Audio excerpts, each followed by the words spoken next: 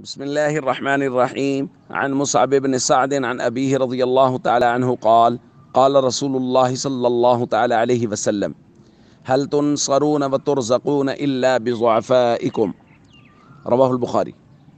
نبی کریم صلی اللہ علیہ وسلم نے ارشاد فرمایا، یہ جو تمہاری مدد کی جاتی ہے اور تمہیں رزق دیا جاتا ہے، یہ تمہارے کمزور لوگوں کی دعاؤں کی برکت سے دیا جاتا ہے۔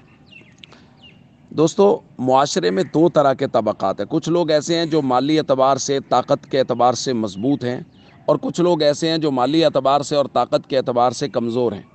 نبی کریم صلی اللہ علیہ وسلم فرما رہے ہیں کہ یہ جو رزق مل رہا ہے طاقتور طبقے کو، مالدار طبقے کو بھی جو رزق مل رہا ہے اور ان کی جو معاملات میں مدد ہو رہی ہے، یہ ضعفاء اور کمزور لوگوں کی وجہ سے ہو رہی ہے۔ دیکھیں، اس کی وجہ سمجھ لیجئے۔ جو طاقتور آدمی ہے، جو مالی اعتبار سے مضبوط آدمی ہے، وہ جب دعا کرتا ہے، عبادت کرتا ہے، تو اس کی دعا میں اس کا کہیں نہ کہیں ذہن میں یہ بات ضرور ہوتی ہے کہ یار میرے پاس یہ سبب حاصل ہے تو میں سبب اختیار کروں گا اور کام ہو جائے گا۔ تو اسباب پر اس کی نظر رہتی ہے دعا کے اندر بھی۔